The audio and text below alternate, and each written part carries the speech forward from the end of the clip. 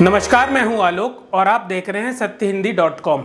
आइए नजर डालते हैं अब तक की सुर्खियों पर। प्रधानमंत्री नरेंद्र मोदी शनिवार को केरल के भूस्खलन प्रभावित वायनाड जिला पहुंचे। वहीं पीएम मोदी के वायनाड दौरे पर यूपी कांग्रेस अध्यक्ष अजय राय ने तंज कसा है। प्रदेश कांग्रेस अध्यक्ष अजय राय ने कहा, उन्होंने देर कर दी, उन्हें तो सबसे पहले वायनाड पहुंचना चाहिए था। राहुल गांधी के वहां जाने के बाद हमारी वहां की टीम ने बहुत काम किया है। मैं पीएम मोदी से इतना जरूर कहना चाहता हूं कि वे वाराणसी कब जाएंगे। अपने मतदाताओं और उन्हें 3 बार सांसद बनाने वाली जनता का हाल लेने के लिए वे काशी कब जाएंगे।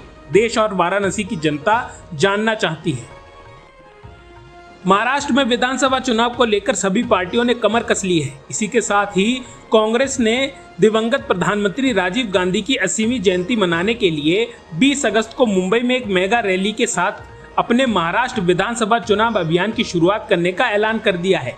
पूर्व प्रधानमंत्री के साथ साथ भारतीय राष्ट्रीय कांग्रेस के जन्म स्थान मुंबई में कार्यक्रम आयोजित करके पार्टी न केवल अपनी विरासत पर जोर देना चाहती है, बल्कि महाविकास अघाड़ी में अपने सहयोगियों को एक संकेत भी देना चाहती है।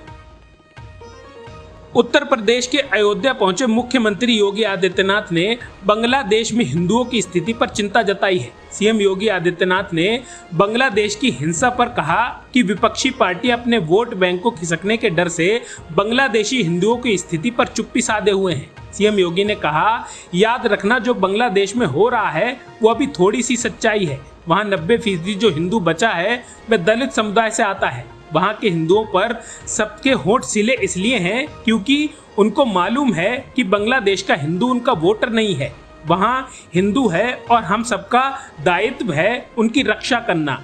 उनकी पीड़ा के साथ खड़े होना हमारा दायित्व है।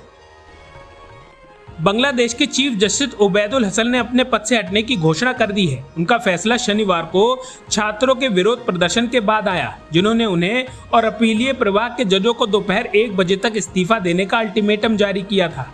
भेदभाव विरोधी छात्र आंदोलन के समन्वय में से एक हसनत अब्दुल्ला ने सुप्रीम कोर्ट परिसर से चेतावनी देते हुए कहा, अगर चीफ जस्टिस और बाकी जजों ने इस्तीफा नहीं दिया तो उनके आवासों को घेर लिया जाएगा। चीफ जस्टिस ने इसके बाद सुप्रीम कोर्ट परिसर में पत्रकारों को बुलाया और उनसे कहा कि उन्होंने हालात के मद्देनजर सुप्रीम कोर्ट, हाई कोर्ट और निचली अदालतों के जजों की सुरक्षा को देखते हुए इस्तीफा देने का फैसला किया है। वित्त मंत्री निर्मला सीतारमण ने शनिवार को कहा कि बांग्लादेश संकट के कारण भारतीय परिधान क्षेत्र में थोड़ी अनिश्चितता देखी जा सकती है। उन्होंने उम्मीद जताई है कि वहां की अंतरिम सरकार जल्द ही समस्याओं को सुलझा लेगी। न्यूज एजेंसी पीटीआई की रिपोर्ट के मुताबिक सीतारमण ने बजट बाद पारंपरिक रूप से भारतीय रिजर्व बैंक के केंद्रीय निदेशक मंडल को संबोधन के बाद संवाददाताओं से कहा, यह सुनिश्चित करने के प्रयास किए जा रहे हैं कि पड़ोसी देश के साथ सीमाएं सुरक्षित रहें। विधानसभा में विपक्ष के नेता तेजस्वी यादव शनिवार को रजत के प्रदेश कार्यालय को आयोजित अल्पसंख्यक प्रकोष्ठ के पदाधिकारियों को संबोधित कर रहे थे। अपने संबोधन में उन्होंने कहा कि मुख्यमंत्री नीतीश कुमार के चलते नरेंद्र मोदी तीसरी बार प्रधानमंत्री बन पाए। वे ऐन मौके पर विपक्षी गठबंधन से अलग हो गए। तेजस्वी ने कहा कि 2014 से लगातार देश में नफरत फैलाई जा रही है, अल्पसंख्यक समाज को निशाने पर रखा जा रहा है। रजत ने सीए, एनआरसी, 3 तलाक, यूनिफॉर्म सिविल कोड जैसे मुद्दों पर केंद्र सरकार के रुख का विरोध किया।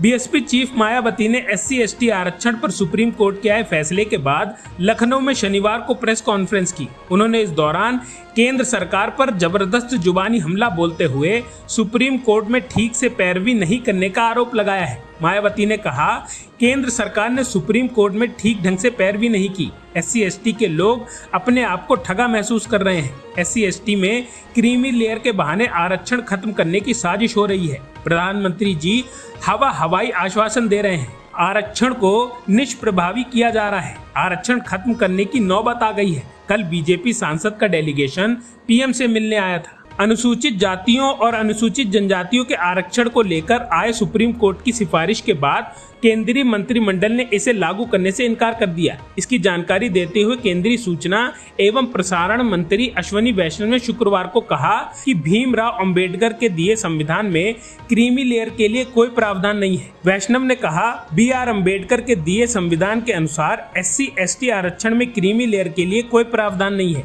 उन्होंने कहा कि SC/ST आरक्षण का प्रावधान संविधान के अनुरूप होना चाहिए।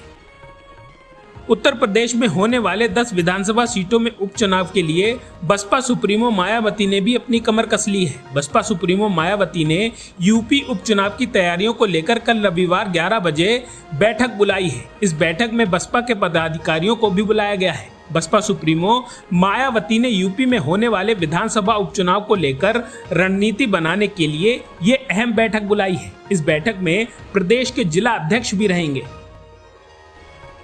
AIMIM चीफ असदुद्दीन ओवैसी ने केंद्र सरकार पर वक्फ बोर्ड को तबाह करने का आरोप लगाया है। हैदराबाद के सांसद ने कहा, ये वक्फ बोर्ड नहीं, NRC हो रहा वक्फ की प्रॉपर्टी का। सरकार ये कहकर धोखा दे रही है कि वक्फ बोर्ड में जो प्रॉपर्टी है वो पब्लिक प्रॉपर्टी नहीं है बल्कि प्राइवेट प्रॉपर्टी है। मुसलमानों ने अपने खून पसीने की कमाई कर उसको वक्फ किया है और अब सरकार बोल रही है कि हम इसको ले लेंगे।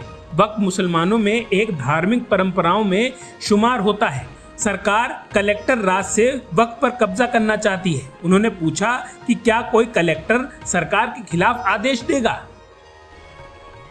दक्षिणी कश्मीर के गंगरमुंड कोकरनाग में शनिवार को आतंकियों के साथ मुठभेड़ में 2 जवान बलिदान हो गए।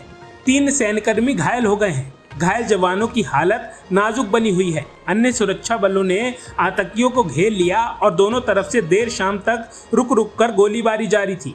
विपक्षी दल राज्यसभा में सभापति जगदीप धनखड़ के खिलाफ अनुच्छेद 67 के तहत महाभियोग प्रस्ताव लाने की तैयारी कर रहे हैं। राज्यसभा में शुक्रवार को समाजवादी पार्टी की सांसद जया बच्चन ने सभापति जगदीप धनखड़ की टोन पर सवाल उठाए, जिसके बाद सभापति जगदीप धनखड़ भड़कते हुए जया बच्चन को मर्यादित आचरण की नसीहत देने लगे। सूत्रों का कहना है कि विपक्षी दल इंडिया अलायंस उपराष्ट्रपति जगदीप धनखड़ को पद से हटाने के लिए उनके खिलाफ संविधान के अनुच्छेद 67 के तहत प्रस्ताव लाने की खातिर नोटिस देने पर विचार कर रहे हैं। सूत्रों ने यह भी बताया कि इस नोटिस के लिए 87 सांसदों ने हस्ताक्षर भी कर दिए हैं। दिल्ली के पूर्व मंत्री और आम आदमी पार्टी के नेता मनीष सिसोदिया शुक्रवार को आबकारी नीति मामले में सुप्रीम कोर्ट से जमानत दे दी गई। 17 महीने बाद सिसोदिया जेल से बाहर आए। वहीं आज पूर्व शिक्षा मंत्री ने अपनी पत्नी सीमा सिसोदिया के साथ चाय पीते हुए फोटो शेयर किया। इसके साथ ही उन्होंने लिखा, आजादी की सुबह की पहली चाय 17 महीने बाद। वह आजादी जो संविधान ने हम सब भारतीयों को जाने के अधिकार की गारंटी के रूप में दी है, वह आजादी जो ईश्वर ने हमें सबके साथ खुली हवा में सांस लेने के लिए दी है।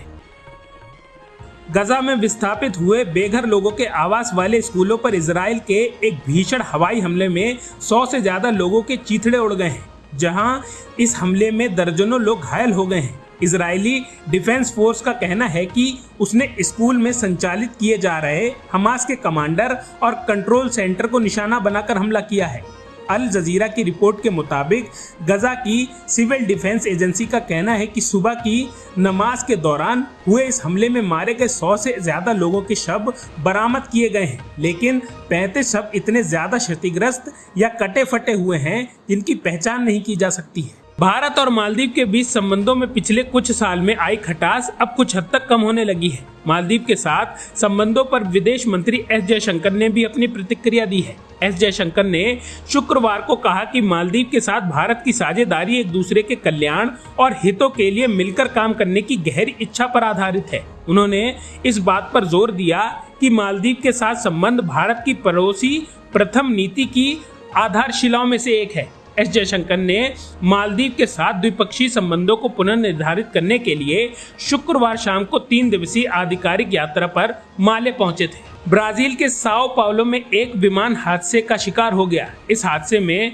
विमान में सवार सभी 61 लोगों की मौत की खबर सामने आई है। इसमें 57 यात्री और 4 क्रू मेंबर शामिल हैं। एक रिहायशी इलाके में आग लगने और विमान के हिस्से में धुआं निकलने के देखा गया, जिसके बाद विमान तेजी से नीचे आकर गिरा। इसके बाद धुएं का गुबार उठा। विमान हादसे पर ब्राजील के राष्ट्रपति ने दुख जताया है। हादसा कैसे हुआ इसका अभी पता नहीं चल पाया है। मूसलाधार बारिश से चलते हुए पहाड़ों पर भूस्खलन की घटनाएं थम नहीं है। हिमाचल प्रदेश के मंडी जिले में शुक्रवार को पहाड़ से गिरे पत्थर की चपेट में आकर एक युवक की मौत हो गई।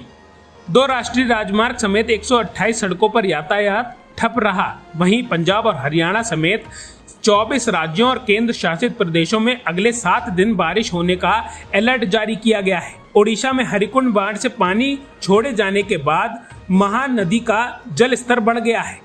इसको देखते हुए ओडिशा के 10 जिलों में बाढ़ का अलर्ट जारी किया गया है। अब तक की सुर्खियों में बस इतना ही। आगे की खबरों के लिए बने रहिए सत्यहिंदी.com पर।